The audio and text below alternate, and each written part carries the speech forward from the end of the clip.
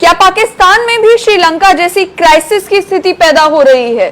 पहले पाकिस्तान के ही एक मंत्री ने लोगों से अपील की कि आप चाय कम पीना शुरू कर दें, चाय का 1 या 2 कप कम पीना शुरू कर दें, और उसके बाद पाकिस्तान के ही लोगों के साथ ही गुजारिश की कि आप लस्सी या सत्तू का सेवन करना शुरू कर दें। वहीं अब अगर बात की जाए तो कागज का भी एक क्राइसिस जो है वो पाकिस्तान में देखने को मिल रहा है। कराची के प्रेस क्लब में all Pakistan paper merchant association के चेयरमैन ने और पाकिस्तान के ही पब्लिशर्स और बुक सेलर एसोसिएशन के चेयरमैन ने एक ज्वाइंट प्रेस कॉन्फ्रेंस की, और ज्वाइंट प्रेस कॉन्फ्रेंस में सरकार को यह चेताया कि अगस्त 1 से सभी बाजारों से जो एकेडमिक बुक्स हैं वो गायब हो सकती है, क्योंकि किताबों का प्रिंट करना मुश्किल हो गया है पेपर की राइजिंग कॉस्ट को देखते हुए। ये कहा कि पिछले 1 महीने में ही अगर देखा जाए लोकल पेपर की कॉस्ट लगभग 200% बढ़ चुकी है, और पिछले 6 महीने में 3 बार पेपर की कॉस्ट जो है वो बढ़ चुकी है। साथ ही में बताया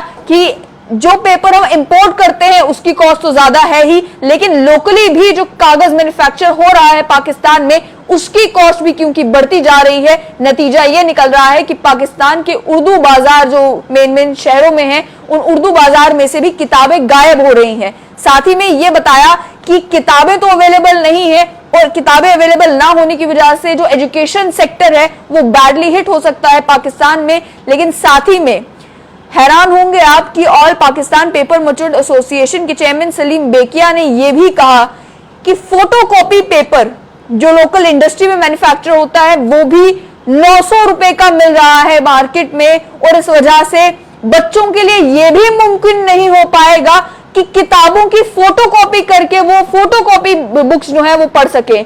यानी कि आप जानते हैं कि इंडिया में भी जब आप बुक्स की बात की जाए तो कई मामलों में देखने को यह मिलता है कि रेलवे स्टेशन पे अलग अलग जगहों पर ओरिजिनल बुक अवेलेबल नहीं है तो उसी की फोटोकॉपी जो है वो अवेलेबल की जाती है। तो यहाँ पर पाकिस्तान पेपर मर्चेंट एसोसिएशन का ये कहना था कि फोटोकॉपी पेपर भी इतना महंगा हो चुका है कि बच्चों के लिए यह भी मुमकिन नहीं होगा कि फोटोकॉपी करके किताबें पढ़ी जा सके। ये कहा कि जितने भी बुक सेलर्स है पूरी कंट्री में वो ये डिसाइड नहीं कर पा रहे कि टेक्स्ट बुक की कॉस्ट क्या लगाई जाए, क्योंकि पेपर की कॉस्ट जो है वो बढ़ती जा रही है। लोकल पेपर मैन्युफैक्चरर जो है बार बार अपनी कॉस्ट बढ़ा रहे हैं, जो पाकिस्तान की सरकार ने ड्यूटी इंपोज की है उस वजह से। नतीजा ये निकल रहा है कि पेपर मर्चेंट एसोसिएशन का एक कहना है कि 200 रुपए की जो किताब आज है वो कल 500 रुपए की बेचनी पड़ सकती है। नतीजा ये होगा कि पेरेंट्स की भी एक्सप्लॉयटेशन होगी कि उन्हें इतनी महंगी किताबें जो है वो अपने बच्चों के लिए खरीदनी पड़ेगी।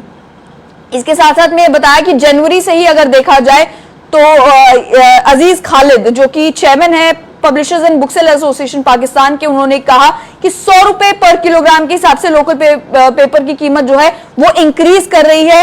हर हफ्ते 5 से 8 रुपए पर किलो के हिसाब से पेपर की कॉस्ट इंक्रीज हो जाती है, लेकिन सरकार इस पर ध्यान नहीं दे रही। साथ ही में उन्होंने ये भी कहा कि फिनिश प्रोडक्ट्स के ऊपर यानी किताबों के ऊपर कोई ड्यूटी नहीं है, लेकिन रॉ मटेरियल के ऊपर 70% ड्यूटी इंपोज की जा रही है, जबकि पेपर को ड्यूटी फ्री होना चाहिए जिससे किताबें जो है सस्ते दामों पर बनाई जा सके।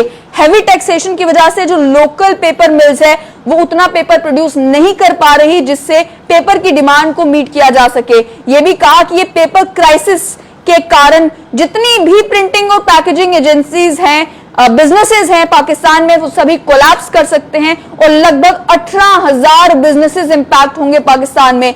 उन्होंने ये भी बताया कि हमने finance ministry, commerce division, federal board of revenue सभी को अप्रोच करके देख लिया कि इस क्राइसिस को रिजॉल्व किया जाए, लेकिन कोई सुनवाई नहीं हो रही। उन्होंने बताया कि अगर लोकल पेपर की कॉस्ट इसी तरीके से बढ़ती रही और इंपोर्टेड पेपर जो है वो इतना महंगा है कि किताबें प्रोड्यूस करना, किताबें जो है वो प्रिंट करना मुमकिन ही नहीं हो पाएगा। जितने भी बुक्स होती हैं उनका टाइटल पेज ये कहा गया वो इंपोर्टेड पेपर पर प्रिंट किया जाता है, लेकिन ड्यूटी इंपोज करने के बाद वो इंपोर्टेड पेपर इतना महंगा हो जाता है कि उसका इस्तेमाल ही नहीं किया जा सकता। जहां एक तरफ लोकल पेपर की कॉस्ट बढ़ती जा रही है वहीं उसकी क्वालिटी डिक्रीज होती जा रही है। नतीजा ये कि पाकिस्तान अगर चाहे उस लोकल पेपर को एक्सपोर्ट करना तो एक्सपोर्ट करना भी मुमकिन नहीं है। साथ ही में बताया कि टेक्स्ट बुक्स जितनी भी मार्केट्स है पाकिस्तान की वहां से अगस्त 1 के बाद मिलना बंद हो जाएंगी अगर इस क्राइसिस को रिजॉल्व नहीं किया गया।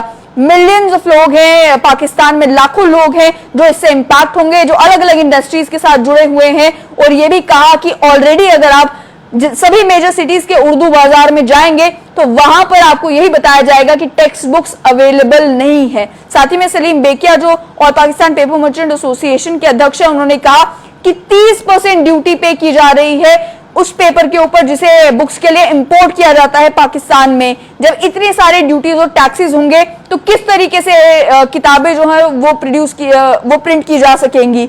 लोकल पेपर मैन्युफैक्चरर से भी कहा गया कि पहली जो सरकारें थी उन्होंने कोशिश की थी कि लोकल पेपर मैन्युफैक्चरर्स की मदद की जाए, लेकिन जो पेपर प्रोड्यूस हो रहा था पाकिस्तान में वो अच्छे स्टैंडर्ड का, अच्छी क्वालिटी का नहीं था।